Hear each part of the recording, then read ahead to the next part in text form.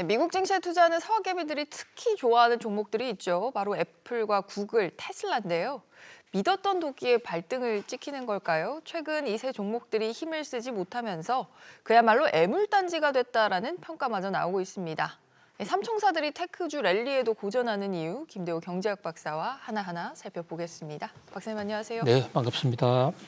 물론 이 삼총사 종목들에 대해서 순매수는 여전히 올해 들어서도 꾸준하긴 한데 수익률이 사실 좀 좋지가 않아서요. 좀 각각 이슈들을 살펴보면 좋을 것 같습니다. 우선 구글부터 좀 볼까요? 예, 요즘 서학개미들 사이에서 에구라 쇼크라는 말이 많이 나오는데 에구라요. 이게 앞 글자를 다 딴 걸까요? 그러니까 애플과 구글은 앞 글자를 딴 거고 테슬라의 뒤를 딴 겁니다. 테슬라. 에구라인데 이게 구라라는 말이 일본말로 원래 거짓말, 사기 이런 뜻인데 에그그 구라 이래서 에구라가 됐다는 이런 얘기가 있어요. 공교롭게도 이 에구라 종목 애플, 구글, 테슬라가 올 들어서 동반약세입니다. 지금 매그니피센트 세븐이라고 그래서 빅테크 기술주들 다 잘 나가는데 에구라만 약세이다 보니까 상대적으로 그 격차가 더 벌어지고 특히 에구라를 가장 많이 사랑해온 것이 우리나라 서학개미들이지 않습니까?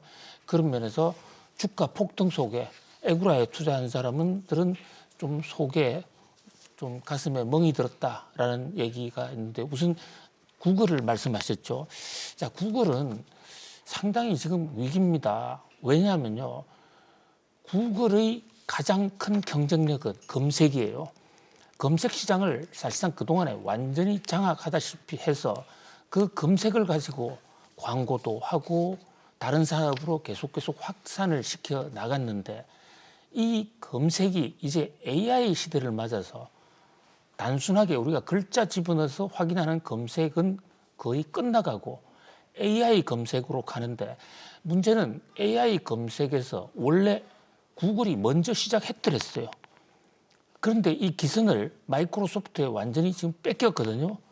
근데 최근에 이 제미나이라고 그래서 구글도 우리도 생성형 AI 개발했다라고 시연을 했는데 지난달이었죠, 그게? 그 시연을 할 때마다 엉터리 얘기가 자꾸 나오는 겁니다. 우리 작년에도 구글에서 바드라고 있었죠. 바드가 나왔을 때도 무슨 천체를 제일 먼저 지구 밖에서 찍은 망원경이 뭐냐 했을 때도 엉터리 답을 내서 그 세계적인 화제가 됐는데 이번에도 또 아인슈타인은 동양인이다. 세상에. 예, 뭐 그럴지도 모르죠. 그런 어떤 여러 가지 미국 건국의 아버지도 유색인종으로 묘사를 했더라고요. 뭐 흑인이었다 이런 얘기는 개그가 아니면 나오기가 어려운 얘기인데 자 지금 비즈니스 인사이드 같은 경우에는요 구글 AI 모델 제미나이의 이미지 생성 기능이 계속해서 오류가 나오니까 CEO가 그만둬야 된다라는 얘기, CEO가 책임을 져야 된다는 얘기입니다. 피차이 그만두라는 얘기죠. 한국의 CEO와 미국의 CEO는 좀 무게가 다릅니다. 뭐 한국 CEO가 못났다 이런 얘기가 아니고요. 한국에는 오너가 사실상 따로 있고 CEO는 바지 사장이라서 원래 팔이 목숨이에요. 바람 한번 불면 날아갈 수 있는 게 CEO인데 미국은 그렇지가 않습니다. 지배주주가 없단 말이죠. 그러니까 CEO가 사실상 모든 것을 다 하는 경우가 많은데 자 지금 순다르 피차이 거의 뭐 IT 업계의 최고의 신으로 불리는 분인데 이제 그만둬라라는 얘기까지 나온단 말이죠. 그런 면에서 주목을 끌고 있고요. 또 지금 오너는 아니지만 창업주들 세르게이 브린 같은 분이 이번에 제미나이 사건 같은 경우에 이거 책임져야 된다. 그러니까 대주주가 책임져야 된다는 얘기를 했다는 것은 피차이의 사퇴 압력을 넣는 상징적인 사건으로 볼 수가 있거든요. 특히 이게 미국에서 어떤 경영 실패나 연이은 어떤 구설수가 나오게 되면 1차적으로 주주들은 CEO가 문제 있는 것이 아닌가라고 얘기가 나오기 때문에 그런 면에서 지금 피차이 CEO는 아주 중대한 어떤 신분상의 위기를 맞고 있다 이렇게 볼 수가 있습니다. 그 구글 창업주마저도 현재 CEO에 대해서 책임론을 들고 나오기 좀 충격적인 부분인 것 같은데 우순다르 피차이 CEO 같은 경우에는 뭐 AI에 어떤 철학이 있길래 이렇게 조금 늦었고 그래서 지금 이렇게 오히려 서두르다가 악수를 두는 걸까요? AI를 먼저 해야 된다라고 판단했고 먼저 선점을 했습니다. 그래서 어떤 딥마인드라든지 또는 이 바둑에 있어서도 우리나라의 이세돌 구단과의 경쟁을 시키는 알파고가 있었죠. 알파고까지도 먼저 개발을 했었죠. 그런데 사람 관리에 좀 실패를 했어요. 이 AI 인재들 이른바 캐나다 그 토론토 대학의 최고로 앞서가는 교수들을 다 스카웃을 했는데 그 사람들을 데리고 하다가 이것을 만능지능 쪽으로 가느냐 안 가느냐를 둘러싸고 직원들 간에 이견이 있었고 또 많은 사람들이 이제 회사를 그만두기에 이르렀는데 그때 관리를 잘못해서 그때 많은 사람들이 바로 이제 올트만도 그 중에 하나입니다만은 이 오픈 AI를 만들었지 않습니까? 브레인들이 나가서 새로운 회사를 만들었다. 예, 그럼 그때라도 구글에서 자기들 회사 출신이니까 좀 지원을 해주고 원격적으로라도 교류 관계를 했어야 되는데 교류를 끊어버리다 보니까 이 테슬라의 머스크를 거쳐서 이게 경쟁 회사인 마이크로소프트로 들어가서 지금 마이크로소프트가 오픈 AI 주식 49%를 보유하고 있지 않습니까? 뭐 그렇게 되다 보니까 결국 주도권을 뺏기는 그런 상황으로 갔다. 이렇게 사람 관리에 실패하지 않았느냐 이렇게 볼 수가 있습니다. 그게 결국은 이제 기술에 뒤처지고 지금 성급하게 서리금밥을 내놔서 오히려 재미나이 때문에 본인의 경질론까지 다시 부메랑으로 오는 그런 상황이 되는 그렇습니다. 거군요. 지금 애플도 인공지능 행렬에 조금 뒤처져 있다. 역시 또 비판을 받고 있잖아요. 그렇습니다. 애플도 마찬가지예요. 지금 애플 연일 뭐 하루에 몇 개씩 악재가 계속 터져 나오는데요. 하지도 못할 애플카에 10년간 매진했다가 포기하는 것도 그에 따른 기회비용이 얼마나 아깝습니까? 이제 그런 데다가 지금 내일부터 유럽에서 그 디지털 관리법이라는 DMA 법이 지금 시행이 되죠. 근데 그것에 때를 맞춰서 EU로부터서 그에게 지금 공과금, 벌금 폭탄을 맞았습니다. 그런데다가 가장 치명적인 것은요. 역시 애플의 주력 상품은 스마트폰, 아이폰인데 이 아이폰이 중국 시장에서 가장 큰 시장에서 팔리지 않는다. 더더구나 애플은 중국에서 생산 기지를 둔 이유가 중국에서 많이 팔리기 위해서인데 삼성하고는 달라요. 삼성은 국내에서 많이 만들어서 중국에 팔았던 것인데 애플은 중국에서 만들어서 중국에 팔았는데 이제 지금 애플의 중국에서의 매출이 뚝뚝뚝 감소하고 있거든요. 그에 따른 쇼크가 상당히 클 것으로 보입니다. 중국 아이폰 판매량이 24%나 감소했습니다. 그런데 같은 기간 화웨이는 60% 이상 급증을 했거든요. 이제 이 대목은 중국 소비자들이 이제 더 이상 애플 신화에 감동받지 않는다. 적어도 스마트폰에 관한 애플의 호기심도 없고 관심도 없다. 빠른 속도로 화웨이가 또는 중국산 스마트폰이 애플을 대체할 것이다. 여기에는 미중 무역 갈등이라는 변수도 있었지만 결국은 애플이 혁신이 없었다. 아이폰 초기에 내놓던 아이폰 초기 나올 때마다 그 일반 사람들이 상상조차 못했던 많은 새로운 혁신의 기술들이 있어서 주목을 끌고 엄청난 사람들이 줄을 서고 하지 않았습니까? 근데 요즘은 많이 시들해졌어요. 그런 면에서 애플도 CEO 책임론이 나오고 있는 것입니다. 팀 쿡 CEO에 대한. 그렇습니다. 그래서 팀쿡 CEO와 지금 피차이라는 그 구글 CEO가 공통점이 있어요. 그러니까 이 팀 쿡도 이력서를 보면요. 이분은 오번 대학의 산업공학 학생인데 산업공학이 사실 경영공학이에요. 크게 보면 경영학으로 볼 수가 있고 그다음에 듀크 대학에서 MBA를 했는데 생산관리, 오퍼레이션 매니지먼트를 했단 말이죠.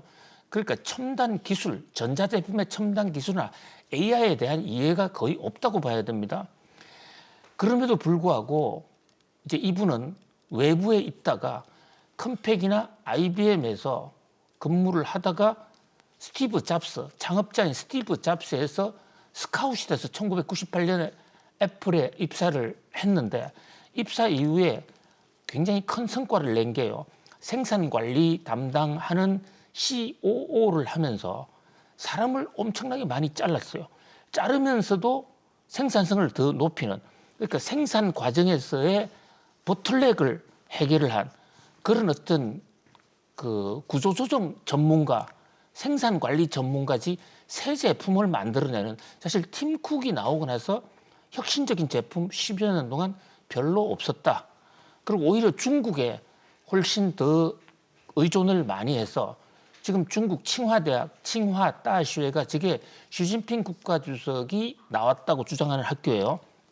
그 학교에 펀드레이징하는 그 자문위원장을 하면서 중국 시장에 훨씬 더 올인을 했는데, 그러나 결과적으로는 중국 시장은 지금 거의 끝나가는. 자, 거기에 지금 피차이라는 분도, 이분도 전공이, 자, 자세히 보시면요, 금속공학, 재료공학을 했고 와튼스쿨에서 MBA를 했어요. 그러니까 이분도 IT 쪽에 깊숙한 어떤 지식이 있는 분은 아니었단 말이죠. 그래서 그 구글의 원래 창업자인 세르게이 버린 같은 이런 번뜩이는 아이디어가 좀 없었고, 또 애플의 팀 쿡도 마찬가지다. 그래서 지금 뉴욕 정치에서 나오는 얘기는 그동안에 구글과 애플이 생존할 수 있었던 것은 창업주 세르게이 버린이라든지 또는 애플 창업주 스티브 잡스의 그런 천재적 영감, 인사이트 이런 거로서 20년, 30년 끌어왔는데 이제 관리 전문하는 경영자로서는 한계가 있는 것이 아닌가. 그야말로 애구라가 됐다. 그래서 이 애구라가 된 애물단지 상태에서 벗어나려면 CEO 바꿔야 된다라는 얘기가 지금 상당히 그 노골적으로 나오고 있거든요. 그런 면에서 팀 쿡이나 피차이 입장에서는 자신들의 어떤 운명과 관련해서 큰 지금 변곡점에 들어섰다. 어떤 새로운 혁신을 하지 못하면 잘릴지도 모른다라는 그런 상황에 처했다 볼 수가 있겠습니다. 공교롭게도 팀쿡과 피차이 두 CEO 모두 IT 전문가가 아니니까 이 AI 랠리에서 벗어나 있다. 이 분석이 굉장히 설득력 있게 들리는데, 뭐 CEO라고 뭐 모든 기술을 다 알 수가 있겠습니까만, 그러면 잘 아는 사람이라도 데려다 썼었어야 되는데 그 부분도 좀 아쉬웠다, 이런 생각이 드네요. 마지막으로 테슬라는 왜 떨어질까요, 박사님? 테슬라는 지금 밤사이에 베를린, 그러니까 독일 공장이 갑자기 가동 중단이 됐어요. 잠시 불이 나가서 가동 중단이 된 것이라면 고치면 되겠지만, 이게 조직적인 반 테슬라, 반 머스크 운동단체의 조직적인 방화에 의해서 일어난 사건이다라는 점이 특히 주목을 끕니다. 그러니까 테슬라가 들어오는 것에 대해서 독일 단체들이, 사회 단체들이 더 이상 좌시할 수 없다. 이래서 이른바 노동법상의 사보타주, 그러니까 태업을 하는 방식으로 공장 운영을 못하도록 인근을 불을 질러서, 화재가 아니라 방화다. 네. 테슬라는 불에 안 탔지만 인근 시설이 불타는 바람에 전기가 공급이 안 된 겁니다.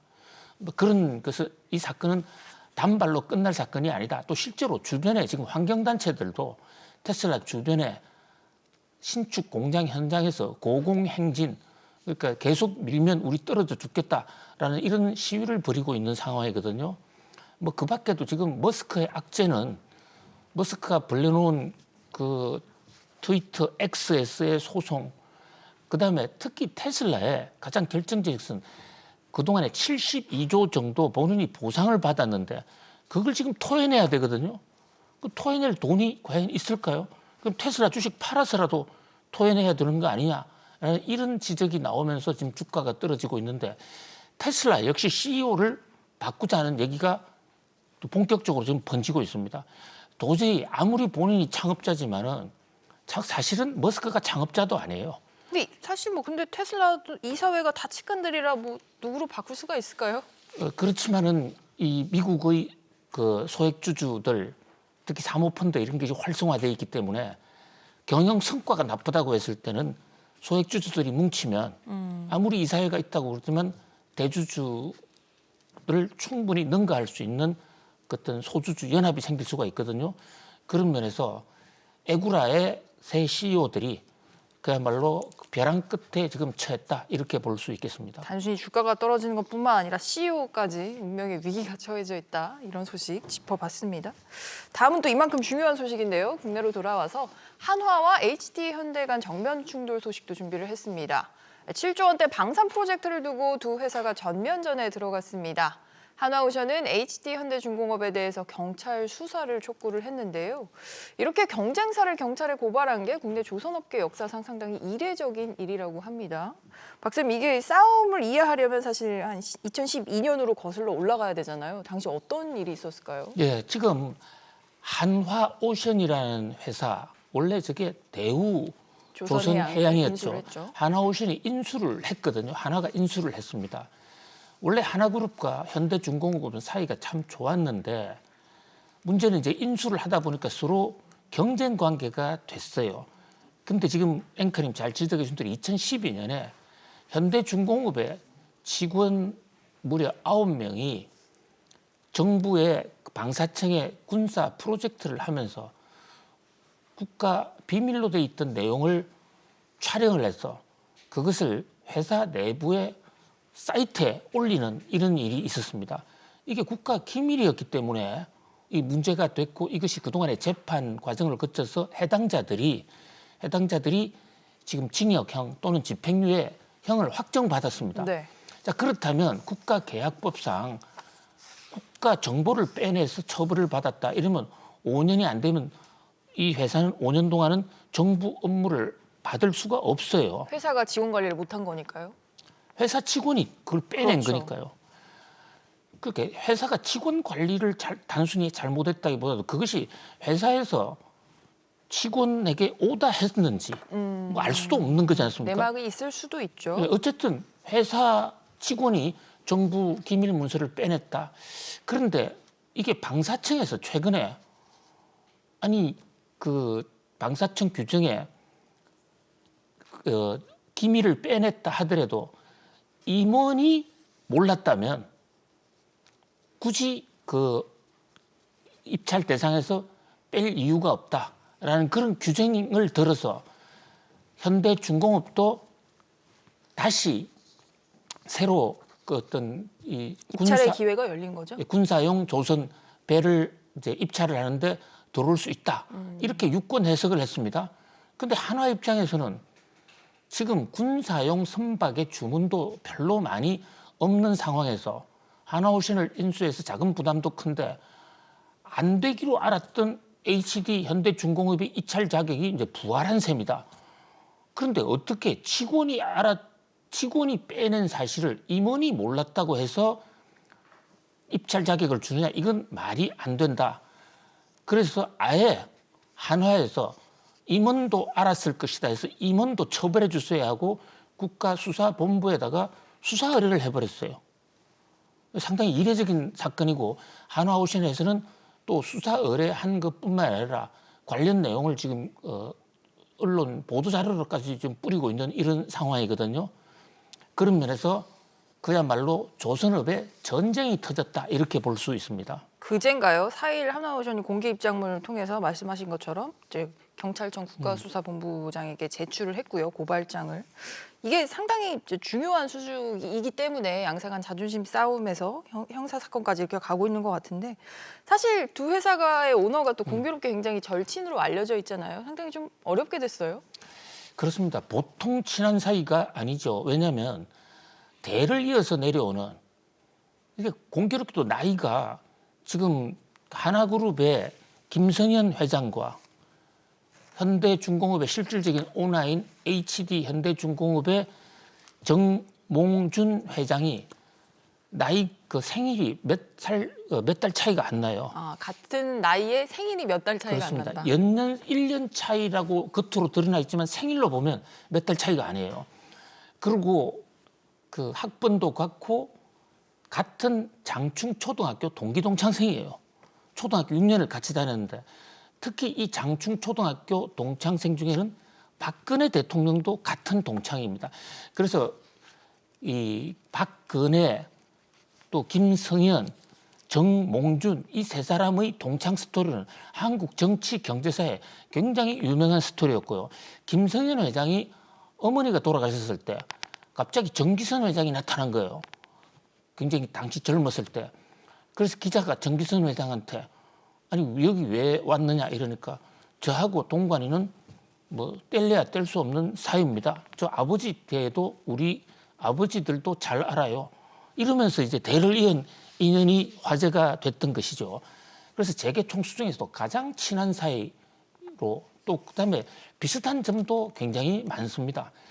또 두 사람이 모두 다 군대 그 장교로 입사를 했고 또 장자로서 경영권 승계를 하고 있는 등 불과 한 2년 전까지만 하더라도 세상의 모두가 우리를 배신할지라도 우리 둘의 우정은 결코 변치 않는다. 이렇게 지금 어떤 혈맹의 우정을 맹세했던 두 사람이 그 한화가 대우 해양조선을 인수하자마자 아주 긴장 관계로 갔고 그리고 이번 사건이 굉장히 주목되는 게요. 처벌해달라고 한 대상이 고위청들이랍니다. 고위청이 알았다면 방사청의 입찰 자격에서 배제되니까 그 고위청이 누구겠습니까? 결국. 그렇죠. 사실 정면 겨냥했다고 봐야겠네요. 그러니까 그 고위청의 핵심은 결국은 정기선 부회장이죠. 대표일 수가 네. 있는 것이죠. 그런 면에서 이제 사업 앞에 우정은 깨졌다라는 얘기도 나오고 있는 상황입니다. 사실 뭐 개인적인 친분이 있으니까 오너끼리 얘기해서 풀 수도 있지 않을까 생각하실 수도 있지만 여기까지 왔다는 거는 쉽지 않다라고 봐야겠죠. 그렇습니다. 전면전으로 얘기가? 들어갔다 이렇게 볼 수 있겠습니다. 알겠습니다. 이게 단기간에 끝날 얘기가 아닌 것 같아서요. 앞으로도 계속해서 나오는 소식대로 저희가 업데이트해서 전해드리도록 하겠습니다. 박사님, 오늘도 잘 들었습니다. 감사합니다. 고맙습니다.